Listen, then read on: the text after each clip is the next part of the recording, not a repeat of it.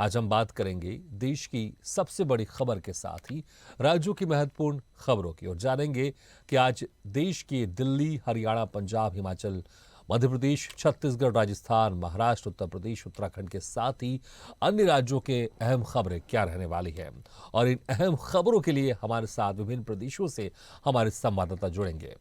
और सबसे पहले रुक करते हैं मध्य प्रदेश की राजधानी भोपाल को और बात करते हैं हमारे सहयोगी अनिरुद्ध सोनने से। अनिरुद्ध, आज मध्य प्रदेश की बात कर लें तो किन बड़ी खबरों पर आज नजर आने वाली है?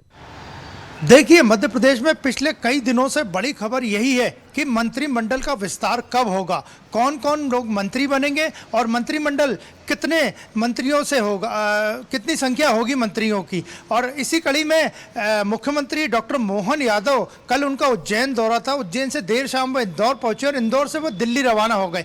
आज दिल्ली में डॉक्टर मोहन यादव की शीर्ष नेतृत्व, जिसमें प्रधानमंत्री नरेंद्र मोदी भी शामिल रह सकते हैं, उनसे और केंद्रीय गृह मंत्री अमित शाह से, इसके अलावा जेपी नड्डा राष्ट्रीय अध्यक्ष से चर्चा होगी और मंत्रिमंडल विस्तार पे शायद विराम लग सकता है। और देखा जाए तो आज का दौरा मुख्यमंत्री का इसलिए भी महत्वपूर्ण है क्योंकि पिछले कई दिनों से जो मंत्रियों को कौन मंत्री बनेगा, कौन नहीं बनेगा, किसको क्या पोर्टफोलियो मिलेगा, ये चर्चाएं चल रही है, उस पर आज विराम लग सकता है। और आज डॉक्टर मोहन यादव पार्टी के शीर्ष नेतृत्व से मिलेंगे, वहाँ केंद्रीय संगठन के लोगों से भी मिलेंगे और मंत्रिमंडल विस्तार के नामों को वो फाइनल कर सकते हैं। मंत्रिमंडल विस्तार की बात करें तो इसमें जो भारतीय जनता पार्टी के दिल्ली के सूत्र बताते हैं कि युवा चेहरों को ज़्यादा मौका दिया जा सकता है। इसके अलावा कुछ सीनियर नेता जो कि लगातार जीत रहे और मंत्री पद से वंचित थे, इसके अलावा जातिगत समीकरणों का भी पूरा पार्टी ध्यान रखेगी।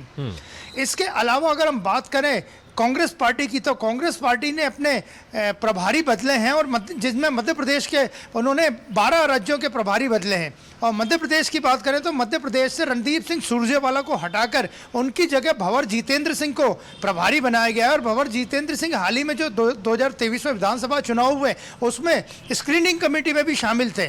और रणदीप सिंह सुरजेवाला को इसीलिए लाया गया था क्योंकि पार्टी को लगता था कि कर्नाटक में जो उन्होंने विजय दिलाई है उसको वो मध्य प्रदेश में दोहराएंगे, लेकिन ऐसा कुछ हो नहीं पाया।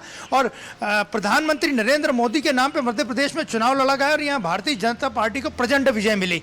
इसके अलावा हम बात करें प्रशासनिक खबरों की तो अब आईएएस के साथ आईपीएस को भी संभागों का दौरा करना पड़ेगा। मध्य प्रदेश में 10 संभाग हैं और 10 संभाग में आईपीएस अपराध नियंत्रण के लिए मैदान में रहेंगे।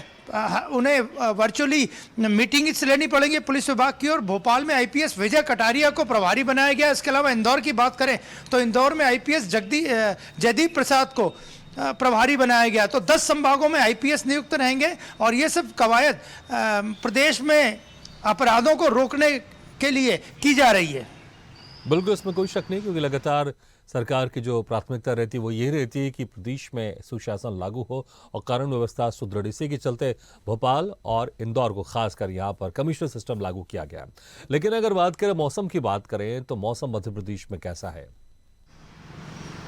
देखिए, उत्तर भारत से आने वाली हवाओं के कारण मध्य प्रदेश में कड़कड़ाती ठंड जारी है। और भोपाल और इंदौर की बात करें तो यहाँ पे भी उत्तर प्रदेश से जो हवाएं आ रही है, उत्तर भारत से जो हवाएं आ रही हैं वो ठंड बढ़ा रही है। और देखा जाए तो मध्य प्रदेश के 10 शहरों को कोल्ड डे मौसम विभाग ने घोषित किया है।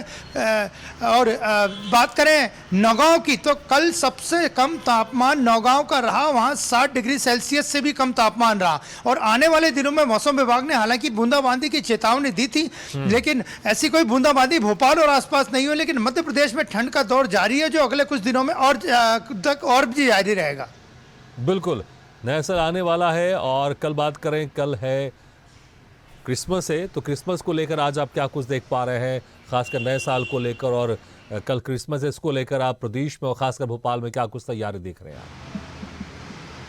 देखिए, मध्य प्रदेश में क्रिसमस को लेके पहले से ही तैयारियां चल रही हैं और एक आदेश भी जारी किया जो शाहजहाँपुर से जारी किया गया था। जिला शिक्षा अधिकारी हैं, उन्होंने जारी किया था कि बच्चों को अगर स्कूल में कोई भी स्कूल, भले से वो मशीनरी स्कूल हो या दूसरा स्कूल है, सेंटा क्लॉज ना बनाए।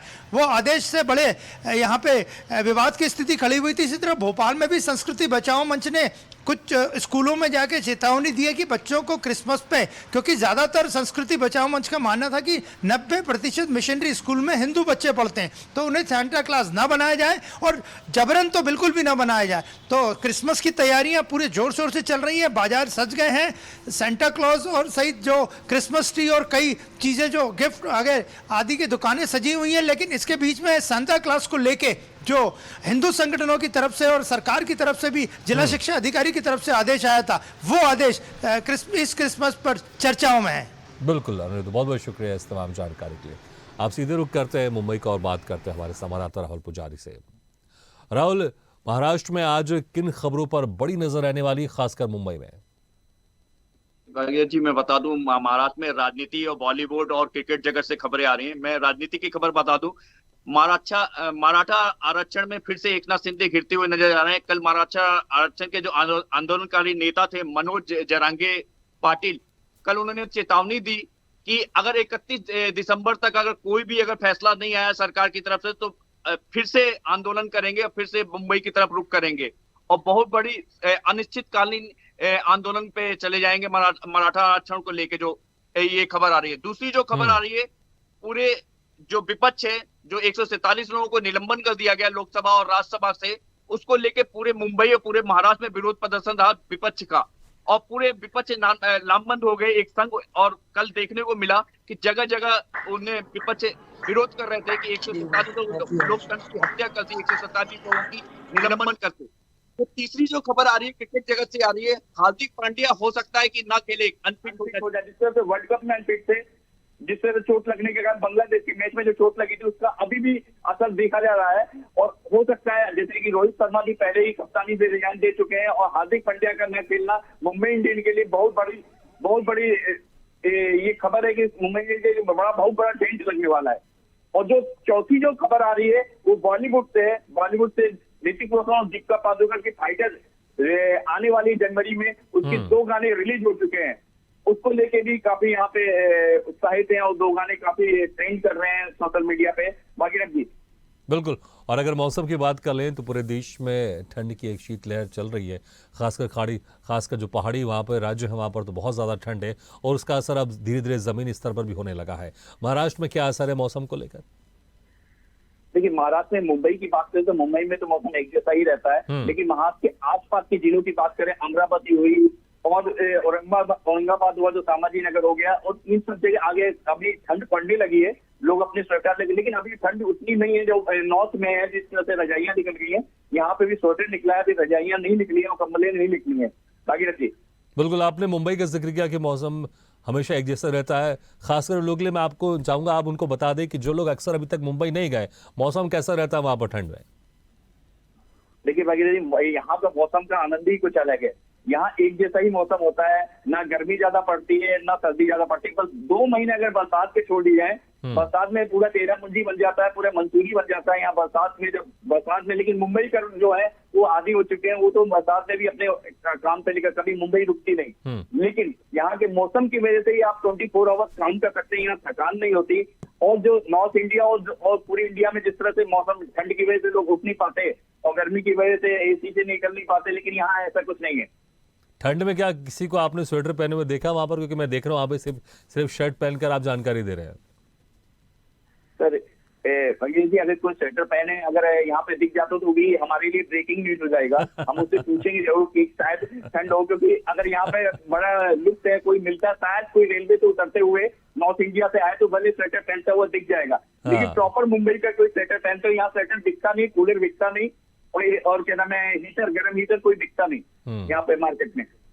चलिए, बहुत बहुत शुक्रिया इस तमाम जानकारी के लिए।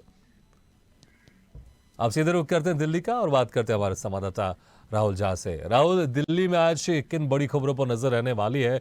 राजनीतिक दृष्टि से दिल्ली तो हमेशा अहम रही है और यहाँ पर हर दिन एक न एक बड़ी राजनीतिक खबर जरूर होती है। भागीरथ जी, जिस तरीके से दिल्ली के अंदर भी अगर हम बात करें मौसम की, तो जिस तरीके से दिल्ली के अंदर मौसम 21 तारीख से करवट ली, ठंड बढ़ी, ठंड के साथ साथ एक बहुत ही चिंता की बात ये रही कि पोल्यूशन भी ज्यादा बढ़ गया है दिल्ली के अंदर। पोल्यूशन के अंदर ग्रेड 4 लागू होने वाली है, दिल्ली सरकार इसको लागू करने वाली है। ग्रेड 3 वैसे भी लागू हो चुकी है, जिसमें तमाम तरह के एनसीआर के अंदर चिमनी और जितनी भी पोल्यूशन करने वाली इंडस्ट्रीज थी वो सारी बंद कर दी गई है।